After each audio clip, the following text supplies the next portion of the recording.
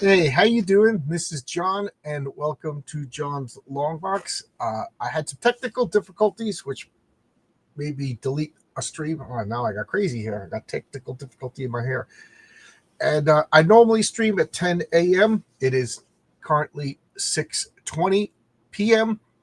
I'm sorry if I confused anybody about the time. I worked this morning. They're starting Sunday overtime. Now that wouldn't have been a problem because I worked last Sunday, but because of the holiday, the, there's less people at work, so they didn't open up a second shift. So if you wanted to work the overtime on Sunday, the only choice was 6:30 start.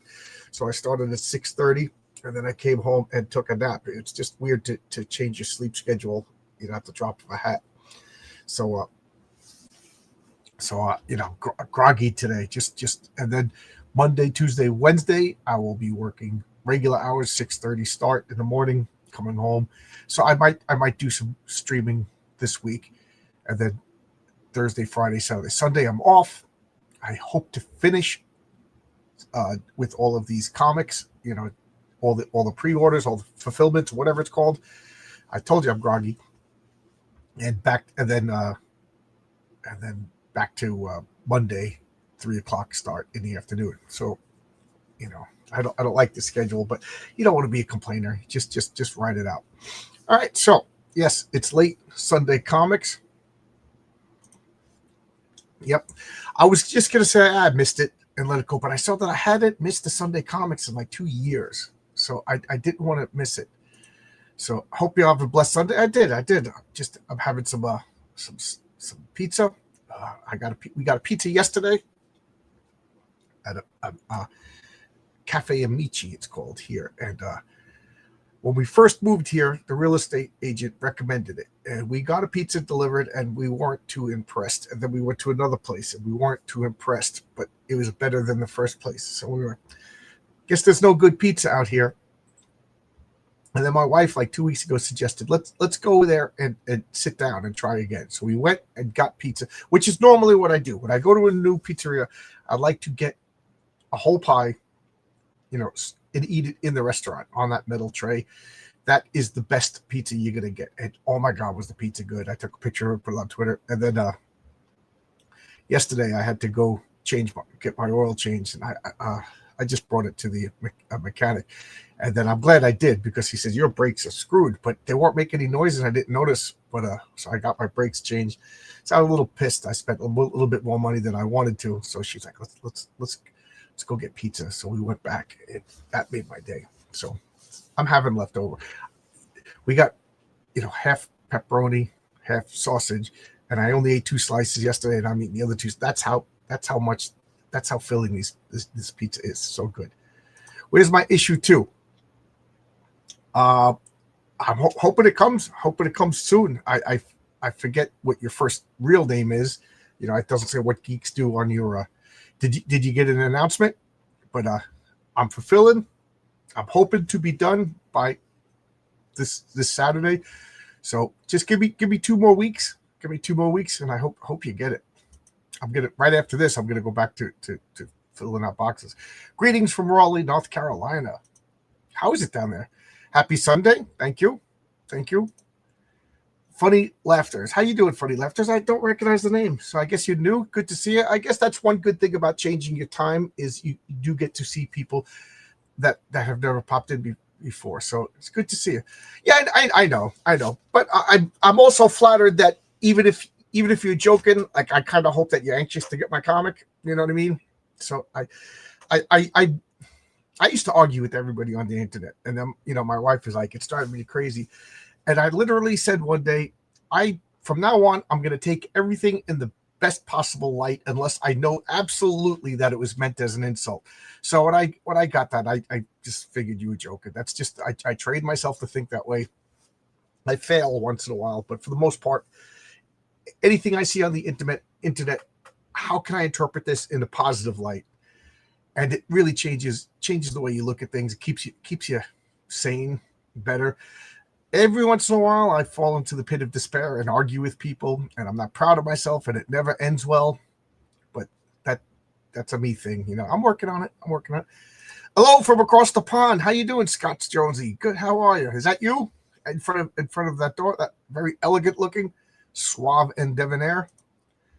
Flema Rose, how you doing? I like that. I like that. What is that? An archway made out of stones or cheese? Yeah, it looks like stone. Evening Comics, nice. How's everybody? Hey, Ben Sabar, voice actor. Good to see. Yeah, I threw everybody for a loop because as I was saying, I worked in the morning because of the holiday. They didn't have the second shift. So all of this week, starting today to next Sunday, or actually starting Saturday, but we didn't have Saturday overtime. From Saturday to Sunday, 7 days, there's only one shift. So if I wanted the overtime, I had to go in at 6 like everybody else, which was nice because I got to drive onto the job site. Tomorrow, I'm actually going to have to drive way far away from the drive. There's a huge parking lot, and then the GC, the general contractor, hires a bus to shuttle us back and forth. That's no fun because the second shift, it's maybe a tenth of the amount of people we could park right on the job site. So, yep. Still drinking coffee. It's weird to just switch your shift in one day. You sleep. Yes, I was invited to 10 Downing Street. Oh, cool. I'd like to hear that story. Oi, I'm seeing some new names, new people. A lot of people popping in real early. So, for those of you who are new to my channel, hello, thank you. Thank you for popping in. This is a show that I've been doing for, like 2 years, and I haven't missed a show. So I didn't want to miss today. I was going to pre-record it. And I've done that before once. I think I had to go to a wedding. And that one I did because I was going to be gone all day. But this one I said, I'm not going to pre-record. I'll just do it later because I do like the interaction. I do like to talk to people. I do like to, I started this channel to talk to people. I'm a weirdo. I like to talk to people.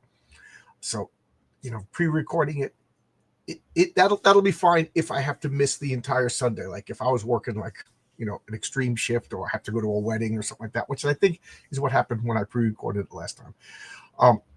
So for anybody who's new, who's just popping in because they like the X-Men, they don't know who I am. I'm John. This is John's Long Box, where I just talk about comic books.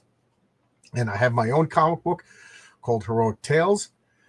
Number 2 is currently in fulfillment. That's what I'm doing when I'm not doing this. If I'm at work, I'm not fulfilling because I'm at work. But if I'm home, I'm either eating, sleeping, or fulfilling comics. And I hope to be done on Sunday. I 4-day weekend. Got no excuse. Let's get her done, and everybody will have their comic. And I over-ordered, so I have extra copies if anybody wants to get in on it. The Geeky Catholic says, hello, John. How you doing? I got trapped in the other stream. It's not even stream. Yeah, it was really weird. It started, and then I went to check the comments, and it ended on me. So I got nervous when this one. I thought something happened. I don't know what it was. Technical difficulties. I must have hit the button without realizing it because sometimes, I don't know. Sometimes I do things I'm not supposed to do. I don't know what happened. I'm speculating that when I moved my coffee over to the side, I must have hit the mouse and hit the button. That's what I think. Hey, Frederick Lamont, congratulations to fulfilling. I'm looking forward to get that point on my comic. Frederick Lamont, he is live right now on Fun My Comic with the comic called Rattel.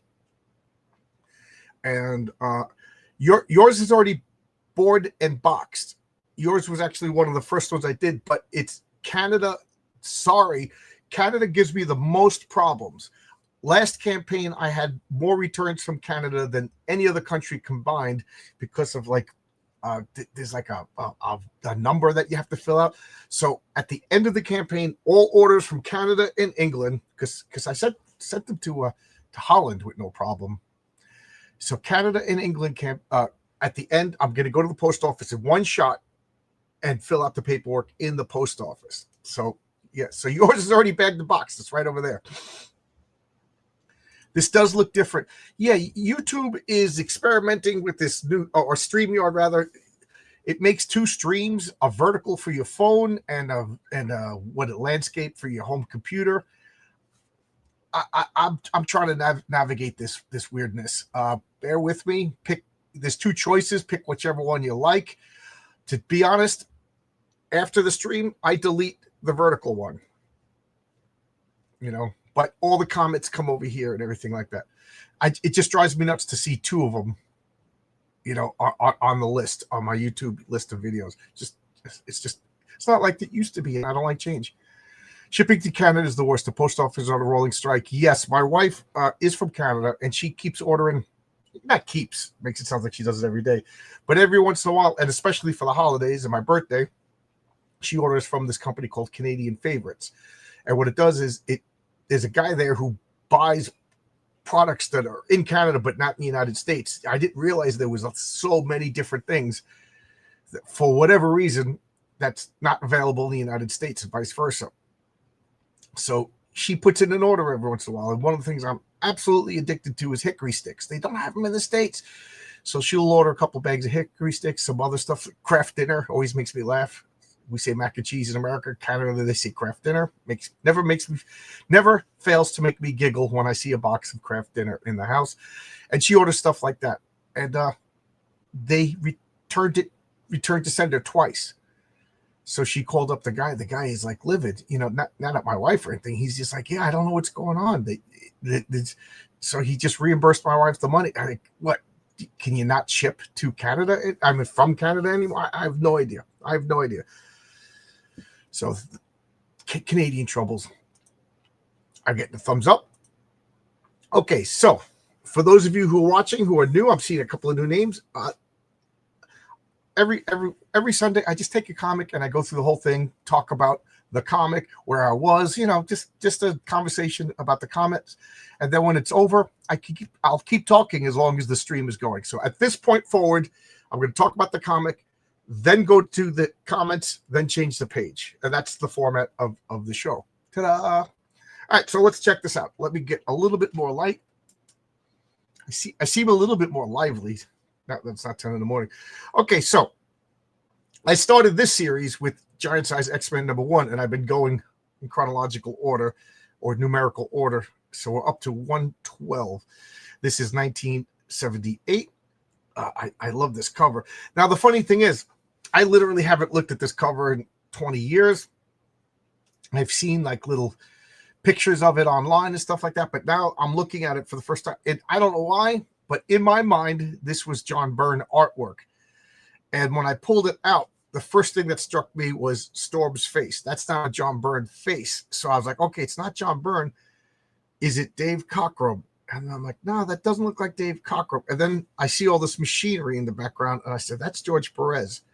So I see right over here, it's George Perez, inked by Bob Layton.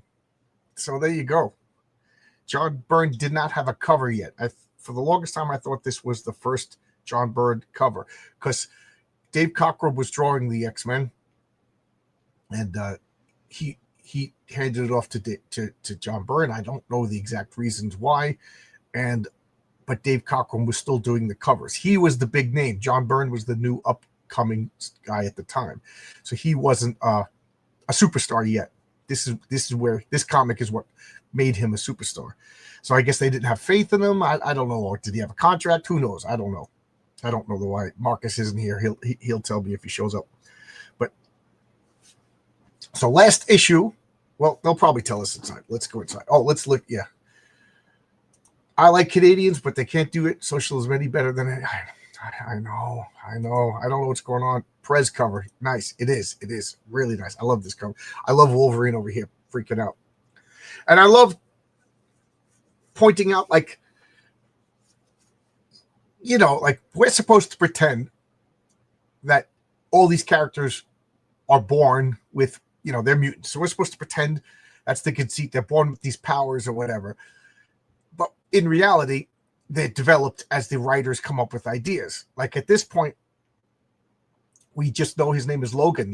The elves in the castle tell us his name is Logan, but nobody else knows. We don't know anything about his past. Len Wein created him and never gave him an origin. At one point, he was created by when I say one point, I'm talking like in the brainstorming sessions that Len Wein was like, yeah, I think he was an actual Wolverine mutated by the high evolutionary. Other people said he was just a trained agent that had gloves with claws installed on him. Other people said he just had bionic claws and he wasn't a mutant. And then when they put him in the X-Men, they just didn't address it. And as of right now, all we know about him is his name is Wolverine. He's from Canada. He has claws. We've seen them come out of his body. It's not gloves. But we haven't heard anything about heightened smell, heightened senses. But we have seen the Berserker rage, So that he's developing. Same with Nightcrawler. He's developing powers as we go along. Let's go. Okay, people got in under the wire. We got Garfield. Hey, John, how you doing, buddy? Weapon X is the best origin. Yeah, was that Barry Windsor Smith artwork, right? All right, so now we are in the comic. First, let's check out that ad. Get into shape. Right over your peepee. And then we got this beautiful splash page. And I'm going to treat this one as like an introductory because I'm seeing new names. So a splash page is when there's only one panel on a page. Usually, but not always, it's the first page in a comic book. A splash page. So we got the credits over here. We got Chris Claremont, author, John Byrne, penciler, Terry Austin, inker, Bruce Patterson, letterer, M. Titus, colorist, Jim Shooter, editor, and Magneto, triumphant. Look at this beautiful splash page. Look at this. This is oh my God. This is the pinnacle of comics right here. What did I say? Yeah, August 1978. Look at this artwork over here. We got these great costumes. We got the Beast down here. Nightcrawler, Cyclops, Storm. Look how tall they're making her. They put her in the back because she's tall and she's next to Colossus in height. I think that is it something that they've forgotten? That Storm is tall and regal. Banshee, Jean Grey, Phoenix, Wolverine, just great names, great costumes, great art. Oh man. I mean, if I was a kid, I would have been just pulled right in from the splash page.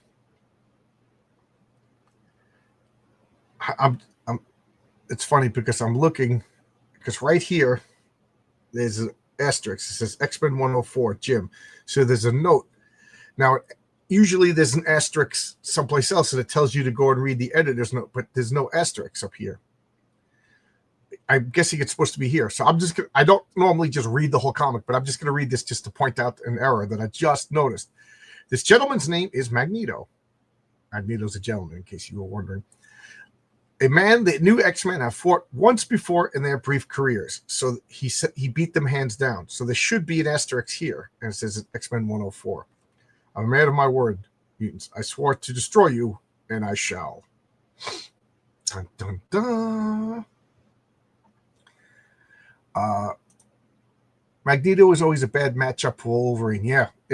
Magneto could take out Wolverine and Colossus. Now, at this point, I mean, it's established that he has the metal claws, but it's not established that he has the metal skeleton yet. So that'll be interesting. I'm going to watch this. I'm going to watch this issue for that to be taken out. Remember, Wolverine was kind of a blank slate. Len Wein, why can't I think of the artist? Len Wein, John Romita, and somebody else were the Herb Trimpe, I think, were all the artists that created Wolverine, but they didn't establish much about him other than tough guy with claws. And he was like a one-shot guy, and then they brought him into the X-Men, and they were just develop him as they go along. So as of right now, I don't think they ever established that he has metal bones, and they haven't established he can regenerate. They haven't established that he has the heightened senses. The heightened senses guys was Thunderbird. So let's that's something to think about. Now Colossus, it's already been established that he turns into organic steel. So Colossus and Wolverine are like the least effective guys against Magneto. I think, and then Storm, lightning and stuff like that is going to be reduced effectiveness against a guy who can control magnetics, because electricity is basically magnetics. So and Magneto's a master. He's not like Electro, who's just like a brute. Like Magneto is mastermind, genius level guy. So he could be able to deal with Storm. To me, the ones who could deal with Magneto the most is Cyclops. There's nothing Magneto's powers could do to block Cyclops. Magnetics against this kinetic force, and sound. Sound, as far as I know, sound vibrations aren't hindered by magnetics. So to me, if I was Magneto, take out these two guys first. And what's this comment? Colossus looks puny. Yeah, he doesn't look gigantic. Yeah, he became like Juggernaut size later on. For whatever reason, that is my favorite look of Beast. You and me both. Beast down here this is the Beast that I was introduced to. That's the Beast that I love. The John Byrne, George Perez Beast is the best. Those were the comics a lot of modern day manga authors are inspired by. The creator of My Hero Academia loved West. I gotta read that. People keep reminding me about that. Magneto triumphant, huh? If one of the X-Men or Marvel villains had to win, which one would be the least bad for humanity? That's a good question. Give me some time to think about that. I mean, Magneto would oppress the humans. Doctor Doom would be, a tyrant. I think out of to show his magnanimity, he would make it so that nobody starved, nobody was diseased, but nobody would have any freedom. We all know what Red Skull would do. Interesting. I didn't know that about Wolverine's origin. Yeah, it was developed piecemeal. He was a man of mystery for the longest time. Let's go to the next page. I got to move this over. I'm being careful that I don't hit the mouse and turn off this stream like I did before. That's what I think I did. So Wolverine is already rushing him. You only won last time, Buckethead, because Cyclops turned chicken and made us run. Back off, Wolverine. That's an order. If Magneto goads us into an attack, we're as good as dead. Hey, look at this. Magneto has a purple cape. I had it on good authority that no comic professional would ever have a purple as a major color for a masculine character. Who to figure that Jack Kirby, John Byrne, Chris Claremont, all these people were not professional comic book pros. Now look at this. Magneto is just a raving lunatic at this point. He's not Mr. Mutant rights activist or anything like that. He's just a maniac at this point. Maniacal. I mean, he freaking dresses up like Satan. You know what I mean? Like, okay, I'm the good guy. I just want to save everybody. Why are you dressed like the devil?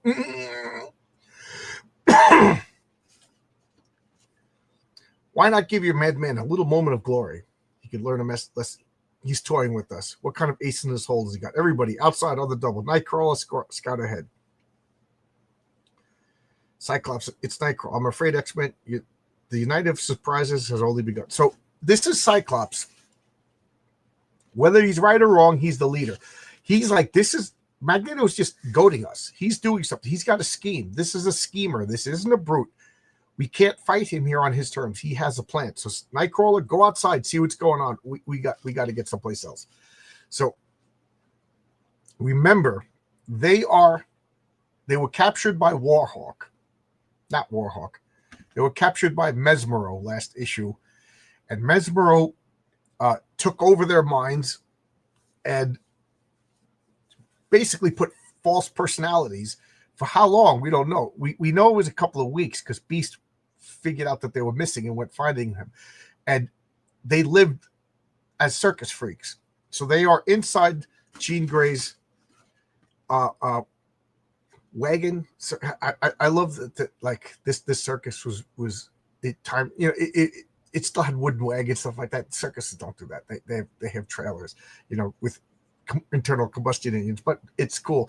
So Colossus smashes open the door and they're flying. Why? Magneto is pulling this circus wagon to wherever it is Magneto needs to go. Now, this is a funny little story, little anecdote. Back in the Newsarama days, back in the forum days, the dark ages of around 2005, I remember they had Marvel Comics Forum, Newsarama Forum, the Outhousers. I forget which one it was. My name back then was Food Eater Lad. I was the bugbear of that site because I was the lone conservative. And we used to have like fights. Who would win in a fight?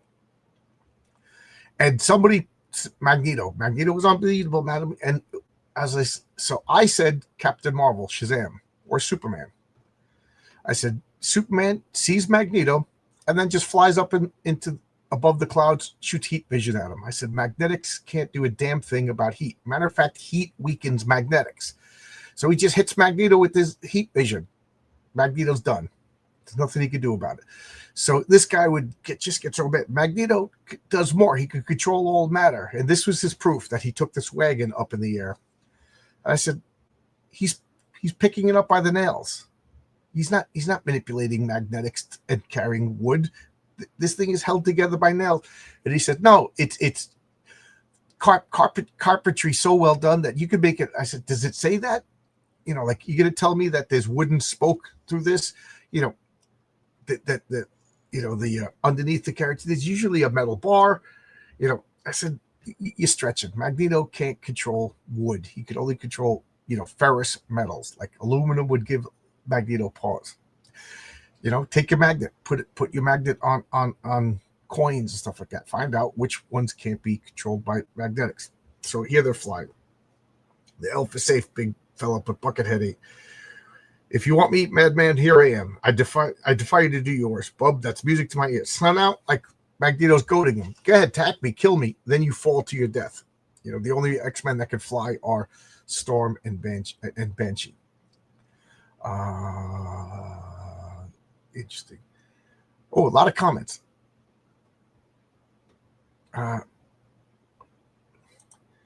Was Cyclops visor metal? Could Magneto just remove? Good question.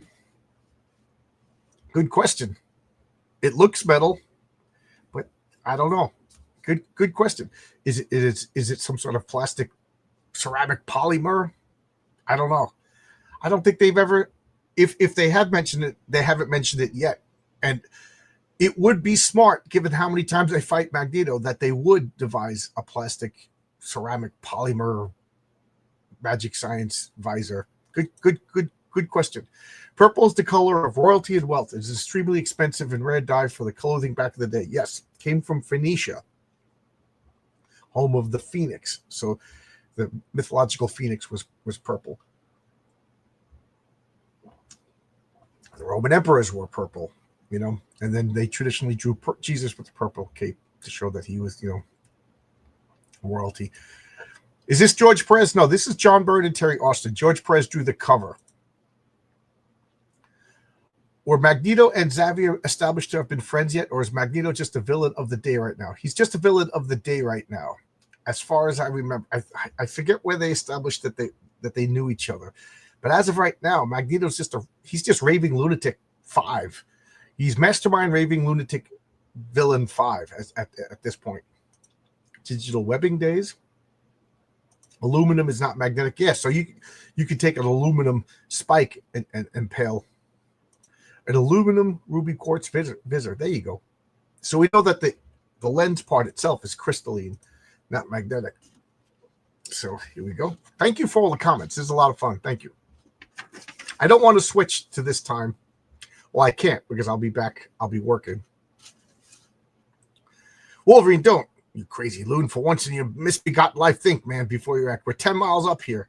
Whose power do you think got us up here? What keeps us alive? Banshee and Storm can't carry anyone. There isn't enough air up here to support their powers. And even if they could, we'd all freeze before we reach the ground. Face it, Shortcake. The ball's in Magneto's court. And let him make the next move. So now, as you can see, the paneling is different. It's got like rounded edges. That indicates a break in time. So these are flashbacks. So why, Cyclops asks after Wolverine reluctantly sheathes his claws. Why us, Magneto? Why now? I told you, Cyclops, unfinished business. After leaving your island, I was distracted from my goal by some minor altercations with Captain America and Dr. Doom. See the Captain America Annual 4 and Champions number 15. But eventually, I made my way to Xavier's mansion. I found it deserted. It was obvious that that something had happened. But what and who was responsible? The Beast's sudden arrival interrupted me before I could begin and track you down. His demeanor suggested that he needed to find you urgently, so I decided to let him do the work for me. So I just followed. Magneto's following the Quinjet. Then we all get on the surfboard. The Dark Rider. World at War Comics. What's up, John? Got my issue 2 of Heroic Tales. Cool. How'd you write? Did you read it yet? What'd you think? You know, it's so much fun to see these reaction videos. If you wouldn't mind, could you put up on Twitter, a few good words, a picture, every little bit helps. I'm a struggling guy. Magneto is weak against aluminum like Superman is weak against magic. Right. Meaning it's just normal. He's goofing on me. Everybody says that Superman has a weakness to magic. And I say he doesn't have a weakness to magic. He just doesn't have resistance to magic. Superman is weak to magic the way I'm weak to magic, the way you're weak to magic, the way Cyclops is weak to magic. Magic affects Superman the way it affects everybody. So he's not, it's not like if Superman had a weakness to magic, that means magic would affect him more than everybody else. So Magneto is not weak to aluminum. Aluminum just reacts. It's as if Magneto's a normal person when it comes to aluminum. Oh, you love it. So you're at it. Thank you. Was it better? Was it better than issue 1? That's my goal, is every issue is to get better. I know I'm not Mr. Alan Moore, Stanley or anything like that, but I would like to think that I improve with every issue. Wait till you read Patriarch number 1. It's so good. And then I wrote Raven stories out of order. So I wrote the 3rd appearance of Raven story first, and it is so good. But I got to I can't just release that one because I need to build up to it. That story assumes a lot about the Raven, and plus Ron Mosicki, he's halfway through on page 1. I told him, take your time. It's even if he was done with it tomorrow, it wouldn't be released for 2 years. So he's taking his time because I promised Renzo he would do the first Raven story. So Renzo is doing the first Raven story and the second Raven story. Superman is weak to kryptonite, right? Because humans aren't affected by kryptonite. Superman is super affected by kryptonite. Love the continued character development. Thank you so much. Magneto is weak to his Holocaust memories. Or it makes him stronger and more resolute. So here we got Magneto following the Quinjet. Why the Quinjet doesn't pick him up? We'll just say that Beast was didn't expect to be followed or anything like that. So now what are we doing? We're following the last couple of issues, because remember, this was Jim Shooter's decree that every comic is somebody's first comic. So they're bringing everybody up to speed. Now, we just read it a week ago. Beast is at the circus. We got Magneto in the circus. Everybody's just, he sees the X-Men, like, what's going on? He sees the Beast running around, and Magneto's watching the Beast fight Mesmero. And this, we could see that the word balloons are, back to normal. For all of his vaunted power, Mesmero was less than nothing to me. A magnetic force blast took care of both him and the Beast. Oh, my aching head, Maggie. I thought you and me were just best buddies. Think too much, Beast. Had the rest of you not freed yourselves from Mesmero's conditioning, though, I'd have done it for you. We're supposed to be grateful? That makes no sense. Why is that Mesmero? He and you used to be allies, my dear Cyclops. I don't even know the man. The Magneto this fool served, the one who claimed to be the father of Lorna Dane, was a robot. Dun, dun, dun. As so dramatically revealed in X-Men 68. So, Magneto and Mesmero teamed up before, but it was really a robot. I just love how you can casually announce that that was a robot, that wasn't me. And people are like, oh yeah, okay. Only in comic books. And then barely half hours passed since they left Sullivan County, yet a flying wagon has gone over 4,000 miles from West Texas to the uncharted wilds of the Andes Mountains. Its flight has not gone unnoticed. So he's going to Peru. Not Peru. Yeah, Peru. Peru is in the Andes Mountain, right? Jaguar Control to Jaguar Leader. Would you have visual contact? Respond. And he sounds angry, Commander. Do we not? Yes, I see it, George. That's crystal, George, but I don't believe it. It's impossible. So we got either Chilean or Peru. Yeah, Chile is where the Andes Mountains is. We got Dracula over here. We got free bikes, burgers, and candy bars. So let's go. Let's join the Burger King Kit Friends Club over here. We got Grit Magazine. Oh, I forgot the comments. I like that the panels are rounded for flashbacks and square for present day. I'm going to use that in my comic. There you go. There you go. I've already used flashbacks, it's the thing about flash. You want to make it obvious that it's a flashback, so they're good, but you gotta make it. Mesmero was the Magneto was a robot. Mesmero was Mesmero, but there was a Magneto robot. That was the one from X-Men '68. It's just there's a reason why X-Men didn't sell. Remember, X-Men was almost canceled, and then when it wasn't canceled, it was bi-monthly.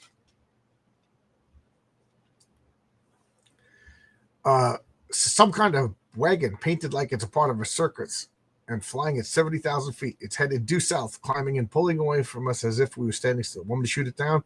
How? We don't carry missile cat fast enough to catch it. Dios de mio, George. Look, something's being thrown out back. It's a man dropping towards the Amazon jungle, gentle as a feather. So Magneto has no more use of Mesmero, and he's just ejecting him, but he doesn't want him to die. He's landing. Now, is this because Magneto has use for him, or is this because Mesmero is a mutant? So now they can't catch up to this flying wagon, and they're looking at Mesmero. What was I going to say? Oh yeah, at this point, I've always pointed out that these stories are really, really lame.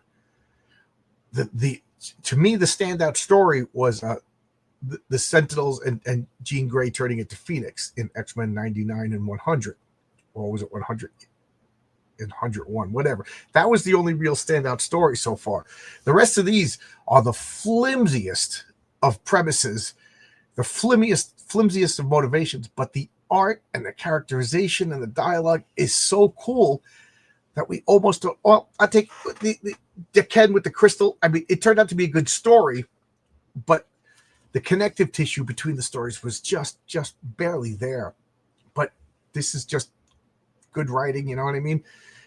I right around now is when I think Claremont gets his good footing down, and everything starts firing on all cylinders. You monster! Even if Mesmero was your most hated enemy, to casually hurl to his death, you underestimate my powers, young woman. I'm controlling Mesmero's descent. His landing will be painful, but that's no more than he deserves. You, my oldest foes, X-Men, my bitterest defeats have been at your hands. If anyone has earned the right to destroy you, it is I. Now, I kind of call BS on that, because his oldest and most bitterest foes just happened to be called X-Men, but they were different X-Men. It was Cyclops, Marvel Girl, Jean Grey, Iceman, and Beast. These, well, we got three of them. So all right, so we got three of them. So he's got to go get Angel and Iceman. He's got no problems with Storm.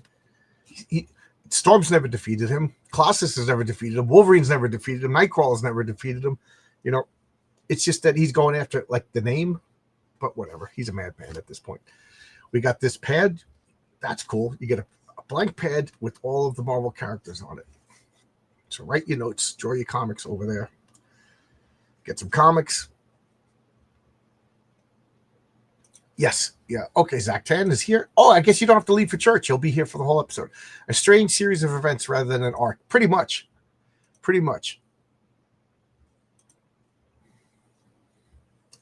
I don't know what's going on. Can you see that? Are we having technical difficulties? Somebody say something in the comments to let me know that I'm still live.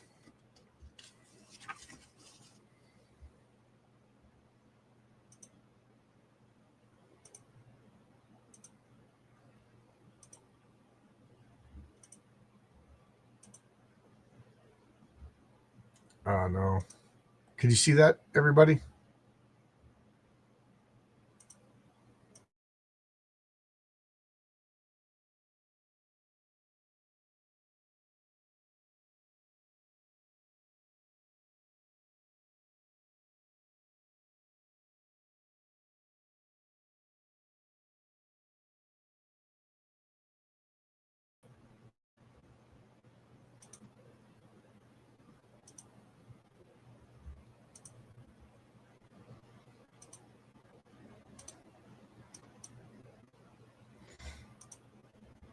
Are we back? It looks, is it storming over here? It looked like it was going to storm. No, it's not. It's clear. I don't know why that happened. Sorry about that. I hear clicking. Everything's working. There you go. Magneto is a collectivist. They are wearing a team jersey. Pretty much. The stream is still live. Good. I thought maybe it just ended on me like the other one did. So now where are they going? They're over land again. The bleak, desolate expanse of snow and earth ice. That's the seventh of Earth's continents, Antarctica. So they're flying. They go over the Andes. They go into Antarctica, and they're finding a bubbling crater, a bubbling cauldron. And what does he do? They start going down. Magneto is using his powers to move the lava. They're going down, and they got a base. I mean, literally, this is a supervillain base inside an active volcano. You can't get any cooler than that, even though it's hot. And what do? They're landing. There's opens up. Magneto's using his power to keep the lava at bay, and they just land. And as he lands, he just shatters this thing. God's the wagon. Welcome to my humble home, X-Men. I hope you like it because you won't be leaving. And then we get this schematic of Magneto's underground base. Home it may be, but this underground complex is far from the humble. Buried a mile beneath the ice cap, it covers an area of 5 square miles, one of a number of similar installations Magneto has scattered throughout the globe. Drawing its power directly from the Earth's core, virtually impregnable, a masterpiece of automagy that would do Tony Stark or Reed Richards proud. That is so freaking cool. That is just super villainy. Literally, he has a lair at the bottom of a volcano. I never noticed this before. So it's not really an active volcano. These prongs are blasting energy, and that's what's melting it. So he found like an extinct volcano, and then it's supposed to be going down and tapping the heat, the thermal energy, powering up everything, and then he's creating false volcanic activity on the top, I guess, to keep those snooping Scooby gangs away. I think we're back. That is a cool base. You're dropping packets. Are you on Wi-Fi? Yeah, I'm on Wi-Fi. I don't know what that means. Am I dropping packets? That sounds like something you young kids say at the raves. I wonder who's his contractor. You know what's funny? Zach 10, I think about stuff like that. All the time. Like if you notice, well, I only have 2 comic books out, but there really hasn't been super bases yet. Because I think who built these? Like me being in construction, I can't help think like how long would this have taken? How many people? Yeah, granted, Magneto probably built it himself using his powers, but that is like even building it with your powers, like that's a little hard to believe, but we believe it anyway. We choose to because it's cool.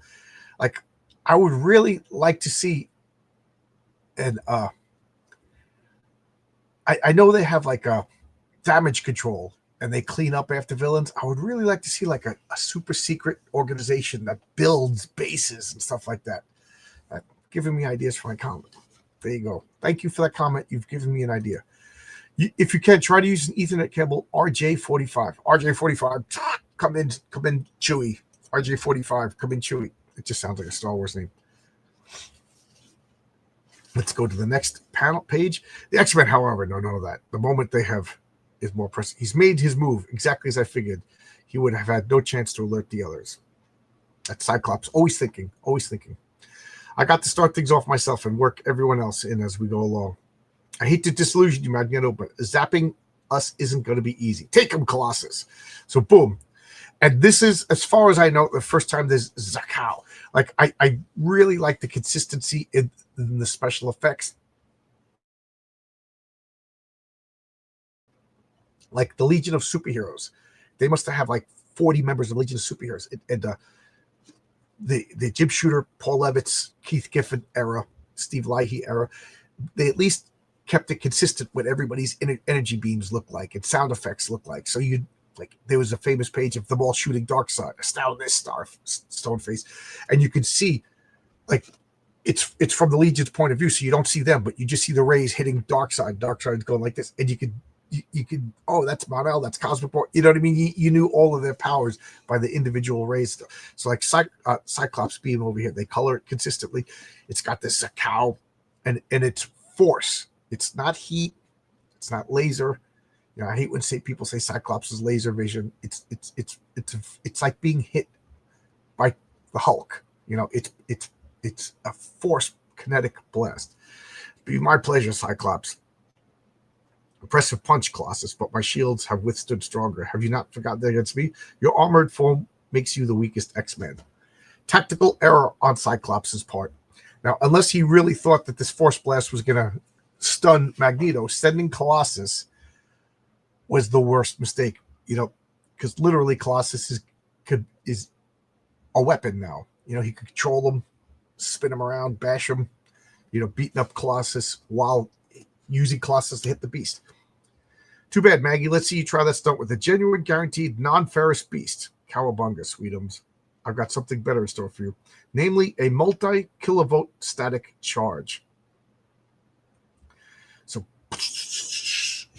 So he's hitting, you know, Magneto is smart enough, intelligent enough. I will buy this. You know, have you ever seen the stereotypical magnetic field that they draw in comics? It looks like just lines radiating out, like a central line, and then that. Well, if you rotate that, so you have these radiating lines, just, you know, think of an invisible pumpkin, but you can still see the line. If you rotate that and you have a brush, every time one of those lines hits the brush, 1 volt is created. Every line that's broken. And you could do the opposite. You know, so what is he doing? He's using his magnetic powers to generate electricity and blasting the beast with static electricity. There's no comments. Somebody comment, but see if we're still here, and stop the presses. It's the famous Clark Bar superhero sweepstakes. That face always got me. I don't know, it's just silly. I always like that face. You know. Okay. We're here. Cool. Neat. All right. Old Dirty Fatty's here. How you doing? You doing laundry? I gotta do laundry. So boom, he hits the beast. My poor benighted fool. Since my resurrection at the hands of Eric the Red, my powers have been at their peak. No force on earth could stand against me now. Boom. So he blasts beast with a static blast. And, you know, basically an electrical charge. Beast storm. It only hurts when I laugh. I dare try a direct attack. The last time I did that, he hurled my lightning bolts back at me. Anything less than my full strength won't do good. So I love this. Storm, she's not quite a rookie anymore. You know, she's already fought Magneto. She shot a lightning bolt at him. Magneto hurled the lightning bolt back again, just because, you know, it's all electromagnetic energy. And Magneto controls the magnetic spectrum, the magnetic portion of the spectrum. But electricity is not too far away from that. Like I'll for me, like visible light is I would be hard pressed to say that Magneto can manipulate visible light. But electricity and magnetics are really, really close to on the spectrum. So I will say, like, he's smart enough. He's genius level guy. You know, Xavier, Reed Richards, Tony Stark. So I would say that he would be smart enough to be able to manipulate electricity. Now, Electro, I would say, like, Electro, in a less grand, could probably manipulate magnetics, but not finesse, because he's been doing it for so long. But like Electro's kind of a dummy. He's a bank robber, whereas Magneto is a world-class master villain. That's just the way I think of it. So what does she do? To my mind, she does something brilliant, and I think there's no defense for this. And I base this on my years of role-playing games. What, to me, cold is one of the most ultimate attacks. And I'll explain my thinking after I finish this page. But if I should lose control, I might kill him. Is that so wrong? A thought that he has sworn death and worse against me and my friends, yet I've sworn never to kill. A blizzard rips out of nowhere around Magneto, the bitter cold and 100-mile-an-hour winds slicing through the very marrow of his bones. A normal man would have been battered unconscious in seconds. You almost had me, my dear, but at the last minute I held back. But at the last minute you held back. That was a fatal mistake. So what'd he do? He buffets him with wind to keep him. It drops the temperature, and ice and hail is covering him. And Magneto, he uses her goodness against her. She doesn't want to kill him. She hesitates, and then he reacts, especially when you consider that the extreme cold actually enhances my magnetic powers, turning me into a living superconductor. That is true. If super cooling magnet can increase, it's yeah. So he survived, and it amplifies his magnetic powers. He's doing it again, taking our best shots and then smashing us down. We got Nightcrawler up here, invisible, hiding. Now, in my mind, cold is the absence of energy. You know, things are cold because kinetic energy is removed. The molecules are vibrating slower and slower and slower. There's nothing to adapt to. You can't adapt to a negative. So to me, cold is one of the best attacks in the fact that, like, it at least in my role-playing games, it bypasses all the defenses. The only defense that literally stops cold is heat and fire. So unless you're the Human Torch, you know, cold is going to get you. So, like, a lot of times in my games when, like, a cold-based villain shows up, they're like, this is going to be bad because, you know, like Sebastian Shaw, he absorbs kinetic energy. So if Iceman was to just have snow, or Storm was to just have snow, Sebastian Shaw, what is he going to absorb? It is anti-energy. It's the removal of energy. So I think cold is such a devastating attack, and you better believe I'm going to have an ice villain, you know, talk about this kind of stuff. If please support my comic, I have so many ideas. Let's check out the comments before I go to the next page. Zach Tan says, I could appear in a comic book. You never know. You could. He could try pelting him with hail. His armor looks tough, though. That's what she's trying. And the only reason he survived is Storm was merciful.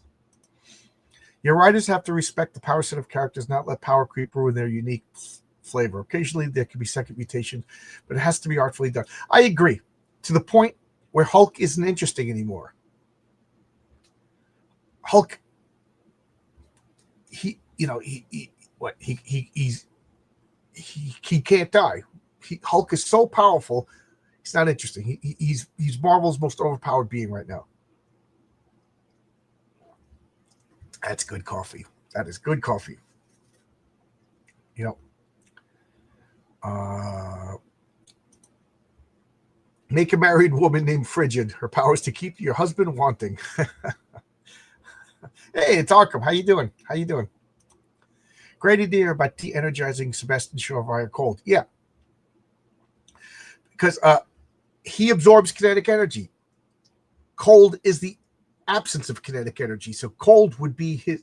I'm not going to say his weakness, because everybody's vulnerable to cold. Like, weakness is like not everybody's... The normal human isn't vulnerable to the color yellow. So Green Lantern's weakness is yellow because it affects him more than everybody else, you know. So, like, Sebastian, he doesn't have a weakness to cold. It's just that cold, his powers doesn't protect him versus cold. Not great for comment, but I like Storm's compassion. Yes. She's still portrayed as innocent, you know.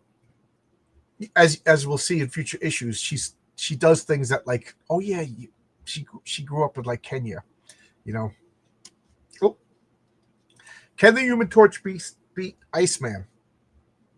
That's, you know, I know they skirmished a few times, but I don't think they ever went full out. That would be a real interesting fight, though. You know, and I would like to see that done by a real talented writer who respects the logic of each powers. Like I was on Bandito's channel last night, and we were talking about Batman, and I said Batman only wins because the editors say Batman wins. Like in no universe could Batman beat Superman. Even with kryptonite, Batman can't beat Superman, because my logic is Superman's a genius. He knows Batman's paranoid. So if I was Superman, even if I was friends, I would scan him and be like, what's that lead case you got on your utility belt? Do you have kryptonite again? Like I would, Superman could hear from Saturn and Jupiter. And then when Batman starts to release the kryptonite, Superman fast backs up, uses his super breath, blows it away. You know what I mean? Like there's no way Superman ever loses to Batman. But editors got to make it so that Batman wins. So as far as Human Torch and Iceman, that is really evenly. It would come out to who's more clever. Who's more clever. I could see like it basically comes down to punching each other, right? Like their powers cancel each other out. So Iceman would have an ice shield, Human Torch would have fire shield. They blast each other all day long. No one's going to get anywhere. So it would have to come down to who has better fighting skills, right? That would be a fun comic. By the way, when a human body is completely frozen, it can't be revived. The cellular structure has been compromised since it has been crystallized. Yes, all the water expands and all your cells burst. That's what frostbite is. Is your cells actually bursting. Superman is not a genius. He's a super genius, like Wile E. Coyote. Am I live or am I Memorex? I'm Memorex. No, I'm live. I worked early this morning and I didn't want to record anything because my favorite part of this is interacting with people. So I appreciate that we got so many people watching. Thank you. It's always been Human Torch. Tell them I Bobby beyond Omega, lame and gay. It's an Elseworld, but I like the way Lex Luthor gets one over on Superman and Red Sun. Yeah, that's what the Elseworlds are, is to explore everything like that. Let's get to the next page. I always like this. I drew this over and over, this panel. Nobody draws Storm like better than John Byrne. I'm sorry. Nobody draws Storm better. So Nightcrawler, I always like that Nightcrawler hides and waits for the most opportune moment to attack. In certain respects, he's the weakest of the X-Men, so he has to be more clever. Sorry, all the Nightcrawler fans. I am a Nightcrawler fan, but he now, as far as I know, Nightcrawler is not that much physically stronger than a well trained, well muscular human, but he's more agile, so that makes him more dangerous, and the teleportation, and he's well trained. You know what I mean? But he is a formidable foe. But don't get me mad. We're talking about a team of juggernauts. So Nightcrawler jumps out. If I had any sense, I'd stay hidden in the shadows. After all, I'm no more than a glorified acrobat. You see, he just agrees with what I said, so don't get mad. Magneto, Deck, Beast, Storm, Colossus. What chance do I have? But who said I wanted to live forever? Nightcrawler, he doesn't even get to do anything. He jumps and he gets blasted, and Magneto doesn't even face him. Magneto's just like, be gone. Nightcrawler, villain, what are you doing to him? Merely hurling up at the same rate I bring you down. So Colossus, remember, Colossus has been flying around through the air being controlled by Magneto, and now he's using Colossus as a blunt force instrument to destroy Nightcrawler. So what does Colossus do? Turns human. Boom, Nightcrawler. They both hit each other, but he doesn't splatter Nightcrawler, and it kind of breaks Magneto's control over him. Boom, but they're both knocked out. No bones are broken, no permanent damage done, but both men will be out for quite a while. 5 down, 3 to go. So it's the truth, boyo, and none of us are lightweights. So here we got Banshee over here. I've come too far to be beaten now, Banshee, by you or anyone. What is this then? He trying to fuse those little iron flakes of iron against my body again? Sorry, Maggie, me lad, but Banshee's too old and too cagey a bird to be snared by the same way tries. So what's going on is this is, everybody right now. Well, maybe I just took a shower, but like people have iron flakes on them. It's one of the more common elements on the earth.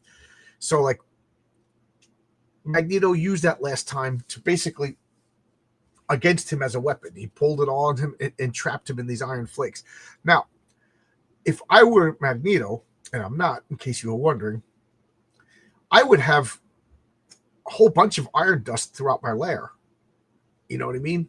Maybe just have like little, like in the vent system or whatever. If you don't want it to be dusty, I don't know, you got sensitive equipment, but I would have like boxes of iron shavings and just, raise his hand and boom, you got all the stuff. So what's he doing? He's trying to make a shell around Banshee again. And Banshee's using his sonic powers to repel it. So we got magnetic powers against the sonic defense. And this is something that I like.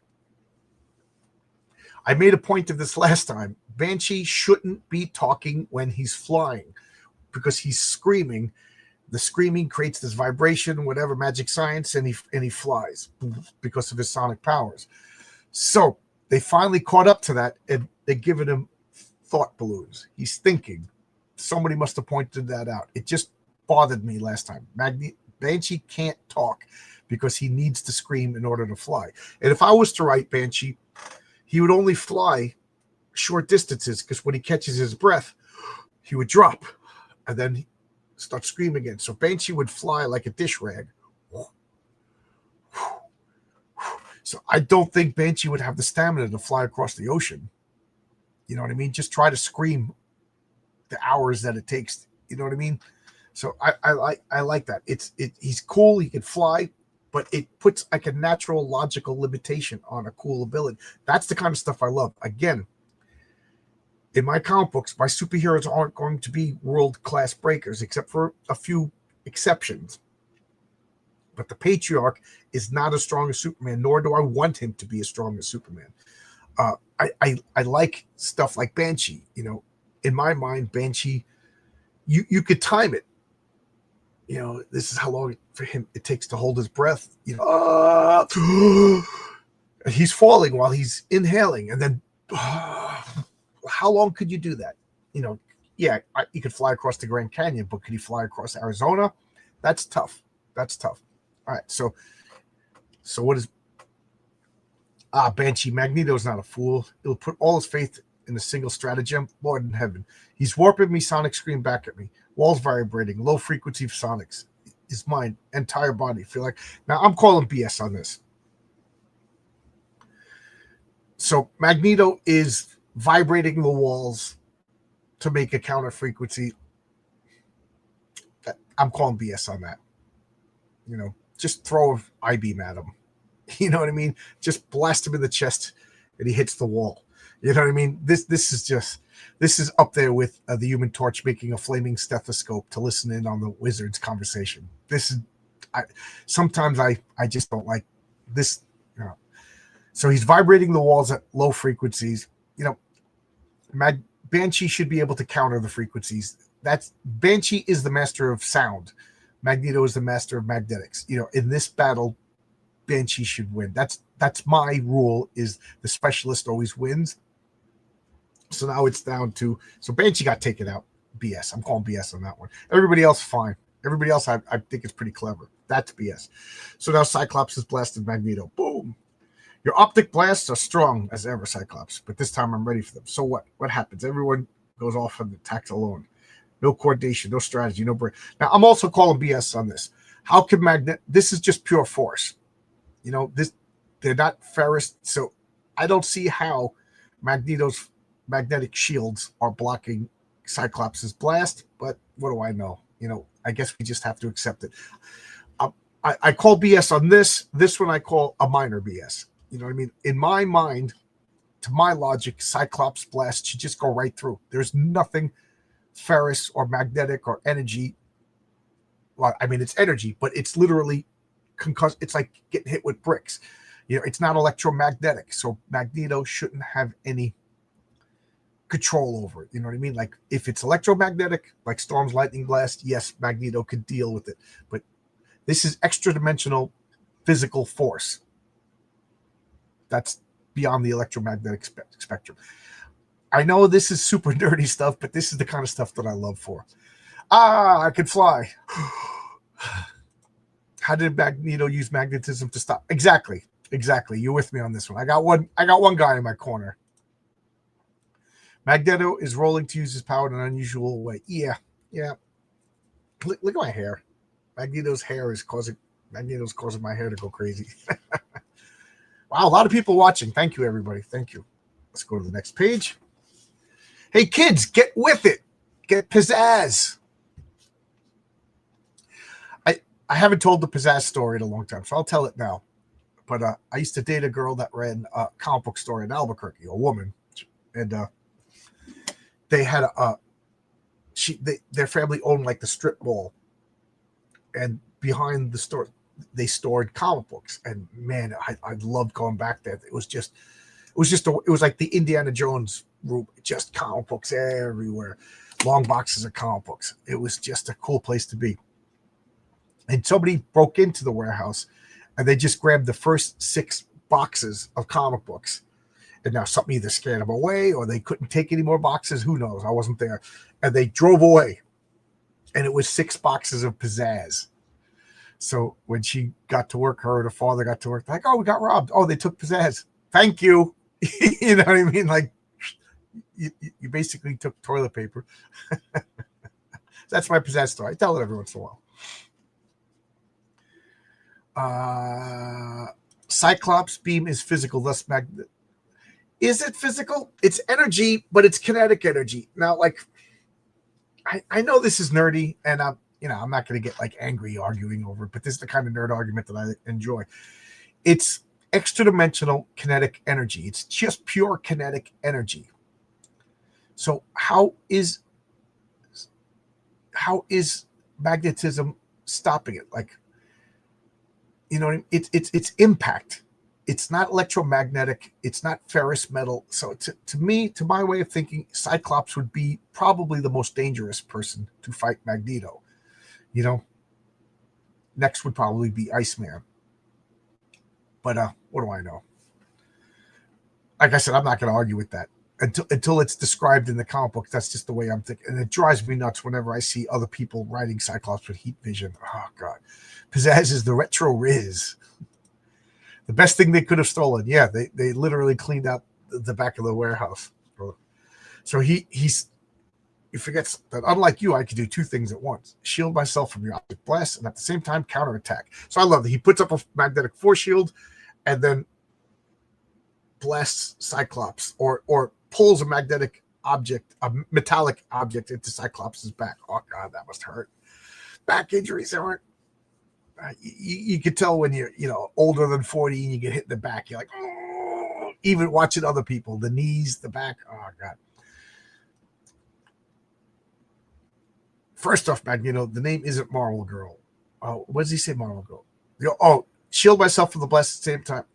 With only Marvel Girl keeping me from total victory. First off, Magneto, the name isn't Marvel Girl anymore. What in the name of sanity? I'm being assaulted on a myriad level, psychic and physical and psychic. The power rivals Xavier's. It's Phoenix. So, point of order.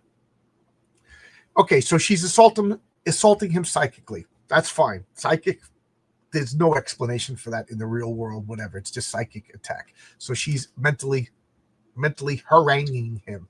But she's also using telekinesis. To me, telekinesis, it's faraway kinetics. It's really a more refined Cyclops' eye beams. Yet his magnetics aren't stopping her. So I don't think, how is her ability? I mean, yes, she is messing with his brain. Okay, so I'll give you that. Or now, what, almighty master of magnetism? How could you even hope to stand once he gets the power? Is born of the raging sun itself. That's so great over here. I'm doing it. I'm forcing Magneto back, beating him. For the first time in my life, he actually looks scared. Her power is a song within her. filling her with a small primal glory, an unhuman joy, and she's beginning to enjoy more and more. So here we got Phoenix, just Deus Ex Machina Magneto. You know, they're setting her up as the Mary Sue. You know what I mean?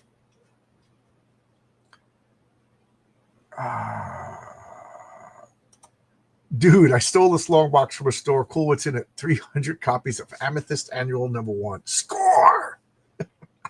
I liked Amethyst. Amethyst was a lot better than it should have been. It was a cheesy premise, but they did a good job with it. I liked Amethyst. Do I want 300 copies of Annual #1? No.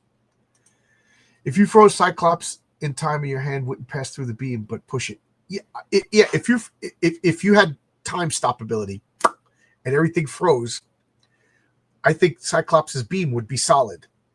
Like, if it froze, it's not moving, so I don't think it would push you, but it would feel like super dense, like a brick.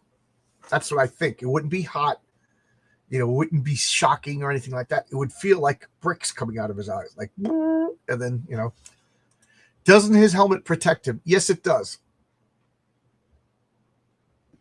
But it's not. That's comic books for you. You know, everything works until the writer says it doesn't work. Ooh, dark foreshadowing. Yes, they're building up to the Phoenix saga. They've been building it up since X-Men 100. You know, so 37 issues. And keep in mind, this is the first monthly issue. So it was by month. So this has been years in the building. And that's something that Marvel needs to understand. You need to have a consistent team so that you could drop subplots, that you could build foreshadowing, that you could build drama and suspense.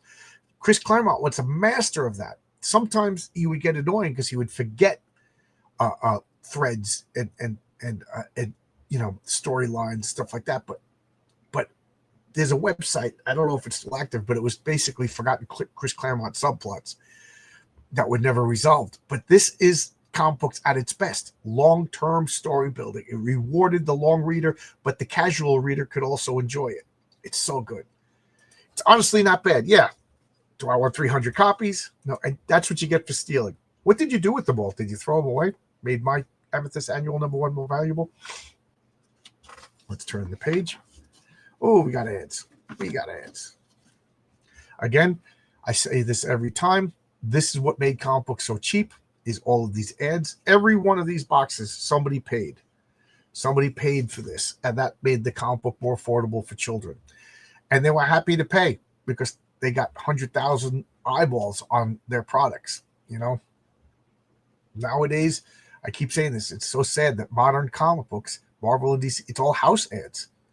You know, you don't see poems, banks, you know, muscles. Maybe do you see video games? I imagine you probably see video games, but for a video games outsell comic books. Keep in mind, video games, home console systems at this point, they were big, but comic books were still bigger. So it made sense to advertise in the comic books to get sales. But video games don't need comic books to sell them anymore. They sell themselves. It's really is a shame. Oh, let's look at the I agree. That's what Mr. Veach said. Agree about what? About what? What are you agreeing with me with? I want credit for agreement. People agreeing with. I found a copy of Barry Windsor-Smith Opus 1 and 2 for cover price, but the jackets are messed up. But I still want them. Yeah, Barry Windsor-Smith is so talented. So talented. Now we got the letter page. Peter Sanderson. One letter. Armageddon Now and X-Men 108 is stupendous, mind-blowing, revolutionary, and otherworldly, nearly indescribable. So it's one letter, all about X-Men 108. Peter Sanderson. I love reading the letter pages now. You know, I did this. Did you guys read the letter pages when you got these comics? I assume that you guys are moderately around my age. You know, Arkham, I know you're around my age. Did you read the letter pages? I used to read the comic and then go back and read the letters page. There's no way I'm stopping this action to read the letters page. You know, but I would read the comic and then go back. But the thing I didn't read was the Boltons. I only read them now, but I didn't read that stuff as a kid. So even as the song crescendos within her, it abruptly ends. What is happening? Magneto's fighting back. I need more power, but there's no more left. I've reached some kind of limit, but I thought I had no limit. So this is this is plot. Magneto wins. Why? Because he needs to win. He needs to win for the sake of the story. She falters, and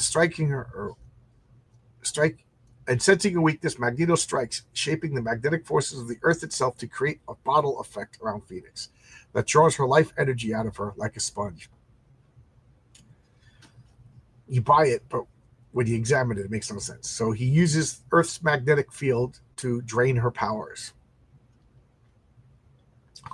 Maggie's getting the kibosh on Jeannie. She looks like she's going down for the count.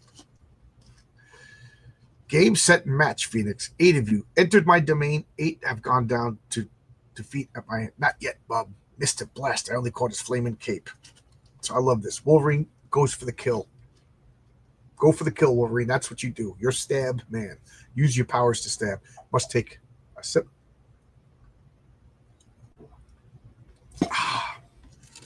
Madman, this time you've pushed your luck too far. You're very quick to threaten people with those claws, Wolverine. My hand. Let's see how it feels to be on the receiving end for a change. They're close enough, and I can't stop them. Lucky for you, little man. I want you and your companions alive. Pleasant dreams. So Snick, he pulls in the claws and has Wolverine punch himself, like your big brother did to you. Stop punching yourself. Stop punching yourself. I have 2 older brothers, and yes, they did that. And yes, I did it to my little brother. We got to break the cycle. We got to break the cycle.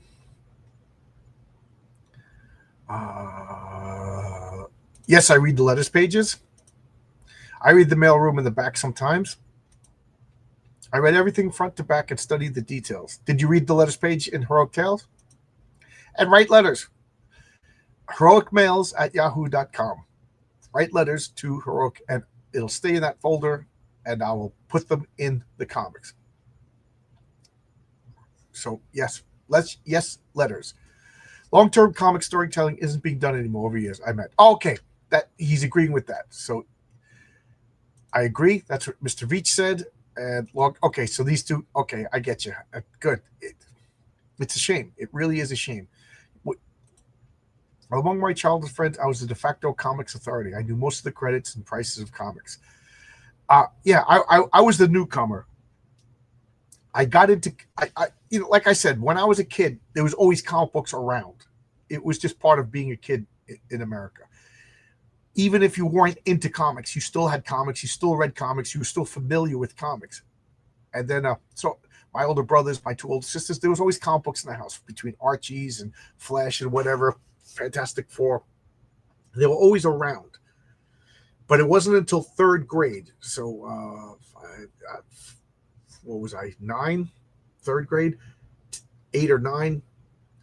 I got into comics, and I couldn't read, and comic books got me to read, and my friend Carl and my friend Sean got me into comics.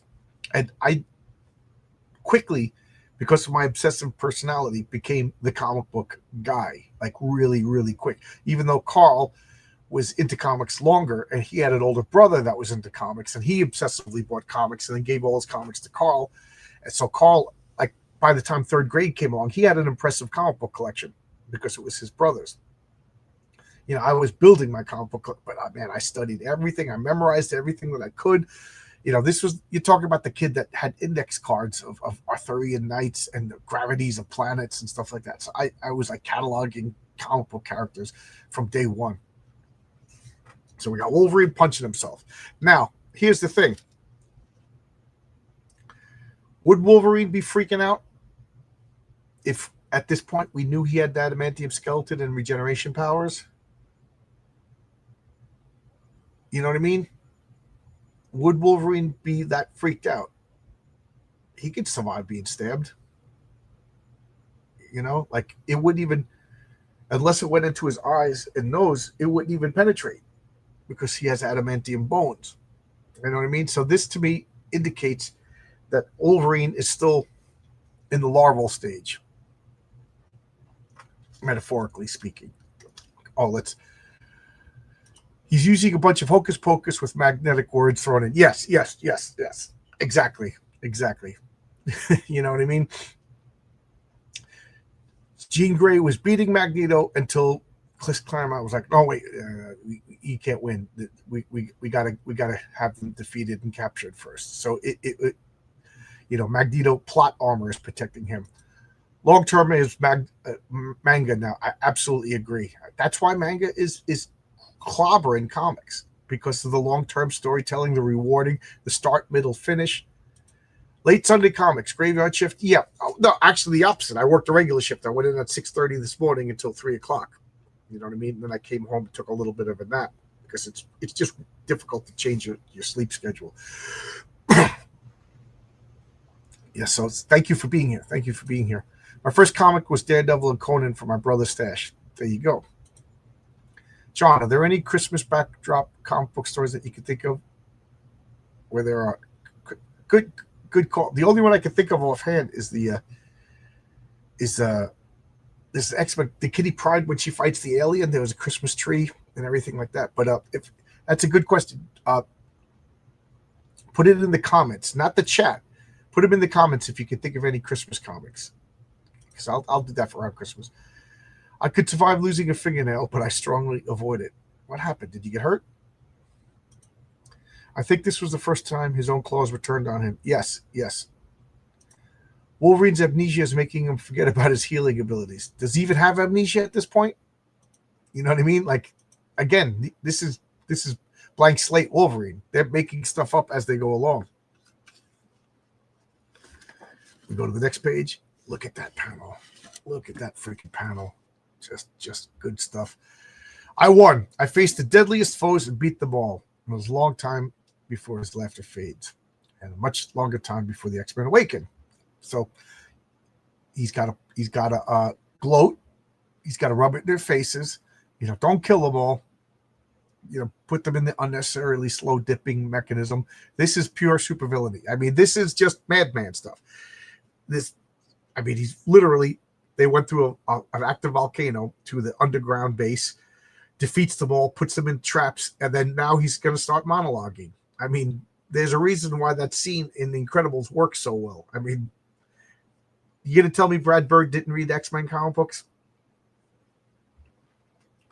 I'm a proud man, X-Men. Your mentor Charles Xavier, my treacherous creation Alpha, humbled me. In their hands, I was reduced to infancy, but even then, deep within my soul, I remembered what I had been and hated what I had become in my rage. I swore dark and bloody vengeance against Xavier, those who loves best in the world, you, X-Men. And when I was first resurrected, I determined to kill you all, but I found a better revenge. This is Nanny. She will tend to your every need. In all respects, you'll find her to be the perfect mother. Hello, children. It's nice to meet you. I hope we shall all be friends. This is just psychopath stuff. This is Magneto was a madman, a raving lunatic madman. Look at this. So he's got a robot nanny. This complex will be your home in prison, X-Men. These chairs your cells. Your circuitry is locked into your central nervous system. But rather than bore you with the words, I think a demonstration is in order. Try to use your powers, X-Men. Try simply to speak, and there you will find the last of this nightmare surprises. Look at them. Like, what is going on? One by one, they try, and one by one, they discover they can't. Their minds are as clear as ever, but somewhere along the line, their neural circuits are being scrambled. Their moves are random, uncoordinated. The words, they try to emerge primal sounds. One by one, their faces twist to massive horror as they begin to realize what's been done to them. So they're trapped. They can think, but somewhere along the line, their impulses are scrambled. So they can't move anything, which explains why Cyclops has the visor on, because, somewhere from the neck down, it seems to be affecting, which means he should have a gag on. But I guess his throat, okay, I'll buy that. His throat's got the scrambler on. Okay. So they can't use their powers. An eye for an eye, X-Men. You will not die, but you will soon wish you had. You will suffer as I suffered, to be aware of who you are and what you are, and to each possess your powers to the fullest, yet to be unable to use them as a 6-month child, to be helpless. There's hell, X-Men, and you are now trapped in it. So what he's doing is Magneto created Alpha, this ultimate robot, and Alpha turned on him and turned him into a wee little baby.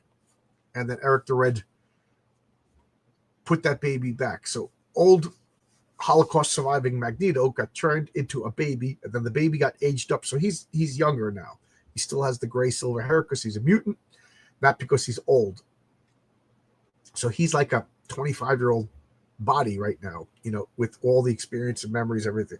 So what he's doing is like, you want to turn me into a baby, even though it happened in the Defenders and had nothing to do with the X-Men, but I'm a madman, so I'm going to take it on you. You guys are now going to live as children. So Nanny will feed them, Nanny will bathe them, change their diapers, and they're just going to live like that for the rest of their lives. It's kind of hellish. They can't talk. They're just going to watch each other be babied. It's really, really creepy, and it's really, really torturous. Zachtan, the thing worse than tyranny, the nanny state. There you go. Damn, John Byrne's art is amazing, isn't it? Isn't it so good? Let me know in the comments. Is this the first time you've seen this stuff? Is this the first time you've seen these issues? I like to think that I'm providing you with a service. The shot of Magneto lifting his cape in triumph is amazing. It is so good. Can you guys see why I became obsessed with Bronze Age Marvel? Can you see why this is what I'm trying to recapture? I mean, look at this. Look at this. And again, Chris Claremont is walking a fine line. This is torture. This is really, really creepy. The X-Men are trapped facing each other, and this robot is going to take care of them. It's sadistic. It's really, really creepy. This is messed up. I totally agree. These comics had some wild plots. Yep. Bronze is the greatest era in comic. I have to agree. So Triumph and Tragedy. And what do we got here? Oh, look at this ad. Oh, my God. Look at this ad. We got Earth's Mightiest Heroes. This is George Perez drawing the Avengers. This is also George Perez drawing the Fantastic Four, inked by Joe Sinnott. This is Gil Kane doing the Defenders. This is Dave Cockrum, X-Men. And I don't know who's doing. I think that's Herb Trimpe doing the Invaders. Spider-Man meets the Home Wrecker. The Home Wrecker. I love to see that big black ball take its toll on walls, and this time I've got Spider-Man as a bonus. I like the way he talked. I love these light, tender crust, the real fruit filling of Hostess fruit pies. I couldn't keep my hands off them. At least I could still enjoy this delicious Hostess fruit pie. The night isn't a total loss. So Spider-Man, the monstrous Spider-Man, defeats people with disgusting, horrible fruit pies. We got more ads. Again, every one of these boxes, somebody paid to be in here, thus reducing the price of the comic book for the kids. And look at this. Fishing tackle, fishing reels. Back then kids still went outside. You read your comic book and then you went outside and you did stuff. And then look at that Jack Davis Spalding ad. It says Jack Davis right there. Barry and Dr. J playing basketball with the Spalding basket. It's just so good. Wow, that ad is too cool. Yeah, I agree. Arkham, the Home Wrecker, talking about big black balls. Kim Kardashian. Wow, the Home Wrecker. He's going to seduce MJ. The Home Wrecker is a slut. So there you go. That's X-Men 112.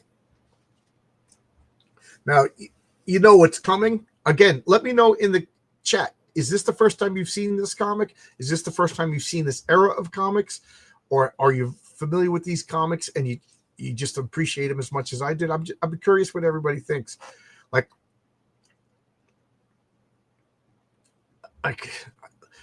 I sometimes forget that people haven't been reading comic books as long as me. And I just get outraged. Gail Simone posted a picture of the X-Men and Emma Frost is in the front.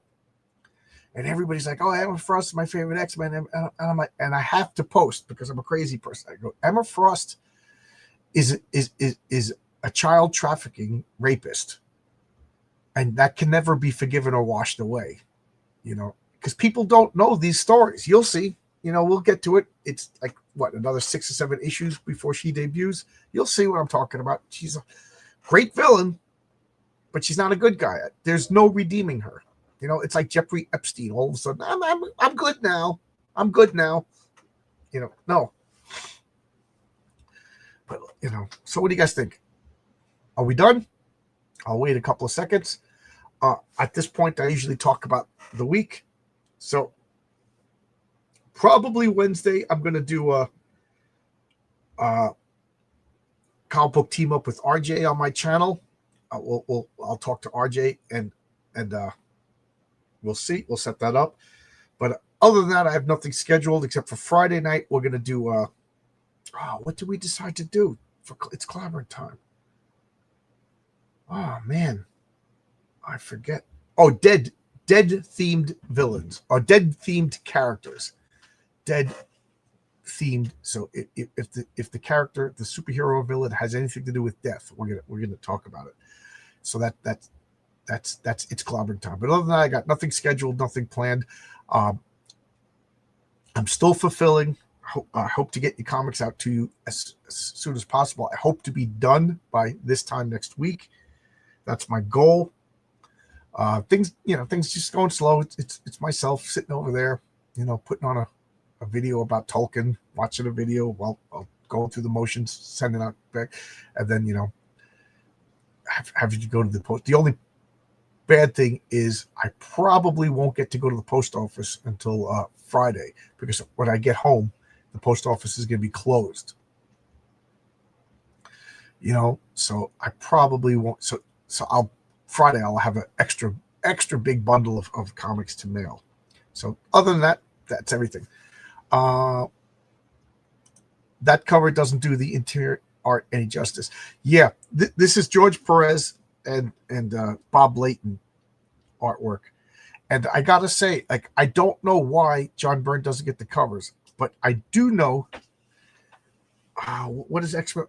I do know that John Byrne does the covers from 114 up. So next issue 113.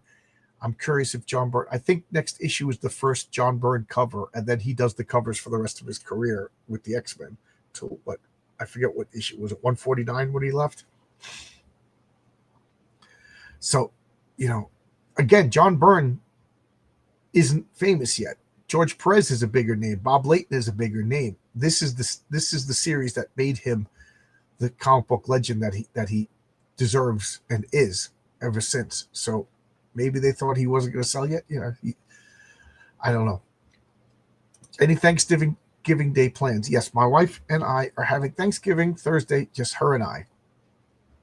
I have a huge family, and everybody seems to go and have their own family over for dinner. And I usually go to my sister's, but my sister's not feeling well. She's in physical therapy for her back and her leg. So she's not cooking. So she's going to her in-laws' house, and I don't feel right going. I barely know her sister-in-law. I don't really know them. So me and my wife are just going to have Thanksgiving here. I really want to. So she's going to cook all day, and I'm going to fulfill orders all day long.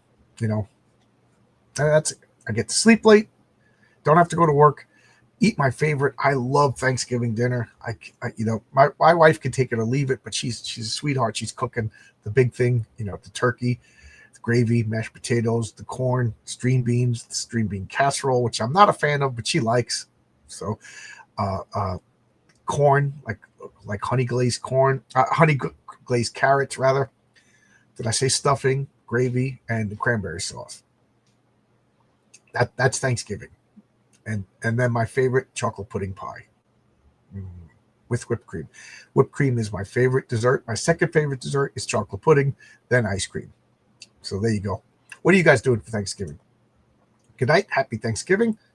Have a blessed day. You too. Did you read John Byrne's X-Men Elsewhere? No, I didn't read it yet. It's being published, but it's not finished. So I'm super annoyed.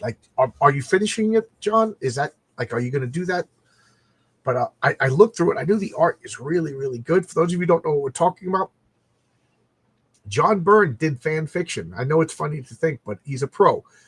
And he, on his website, John Byrne Robotics, he just did pages and pages and pages of X-Men.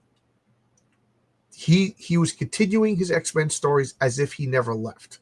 So just ignoring, I forget the exact number, 150 and beyond. So it's just pretending he continued what he wanted to do with the X-Men. And he didn't sell it, so Marvel can't do poop about it. So it's just John Byrne's glorious art. He's a good writer doing his stuff. I don't think it was colored. And Marvel has for years has been offering money to buy it from him, and he's like, no. And now they finally, I don't know, does he need money or does he want to do it or whatever? But Marvel is going to publish it. So I'll read it. I'll read it when it comes out. It'll be the first time since 2015 that I'll be buying Marvel comics off the rack.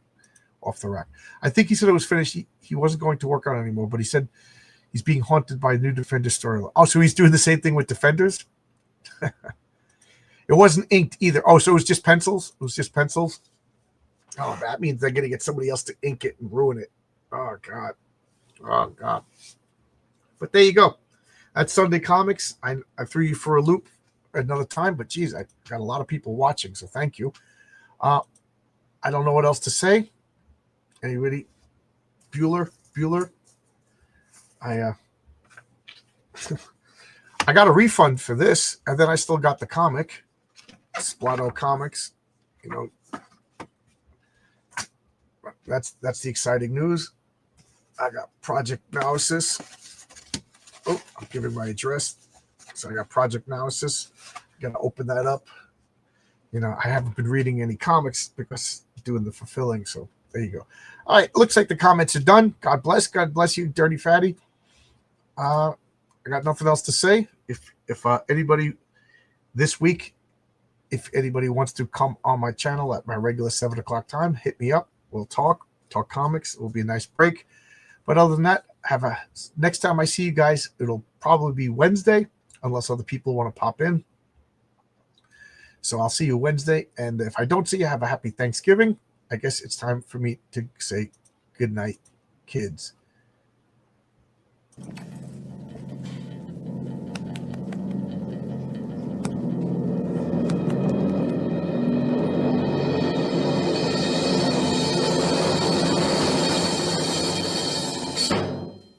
Goodbye, kids.